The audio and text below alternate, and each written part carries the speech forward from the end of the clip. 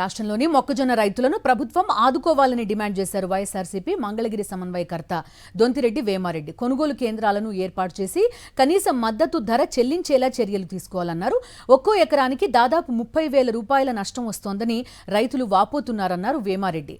గుంటూరు జిల్లా దుగ్గిరాల మండలం నల్లమేకలవారిపాలెంలో రైతులు పండించిన మొక్కజొన్నను వైఎస్ఆర్సీపీ రైతు విభాగం గుంటూరు జిల్లా అధ్యక్షుడు దుర్గాప్రసాద్తో కలిసి పరిశీలించారు. ఆయన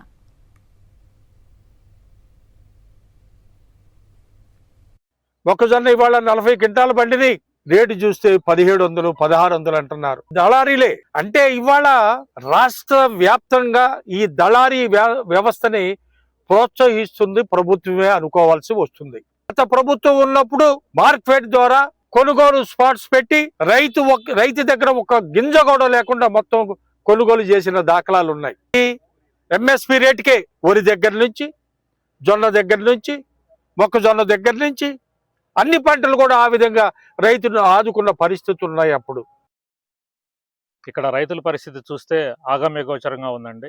ఒక్కొక్క రైతు ఎకరానికి పెట్టుబడికి కూడా డబ్బులు రాలేని పరిస్థితిలో ఉందని చెప్పి రైతులందరూ పాపవటం జరుగుతుంది.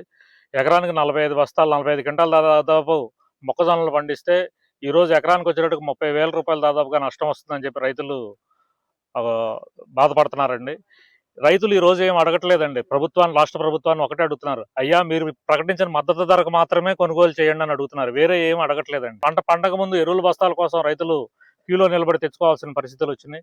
ఈ రోజు వచ్చేటప్పటికి అయ్యా మా పంట కొనండి, మాకు గిట్టుబాటు ధర లేదు, ఎట్లన్నా కానీ రాష్ట్ర ప్రభుత్వం వారు కొనుగోలు కేంద్రాలు ఏర్పాటు చేస్తే మాకు అమ్ముకుంటే మాకు ₹1 మిగులుతుందండి, లేదంటే అప్పుల పాలు అవుతామని చెప్పి రైతులు బాధపడుతున్నారండి.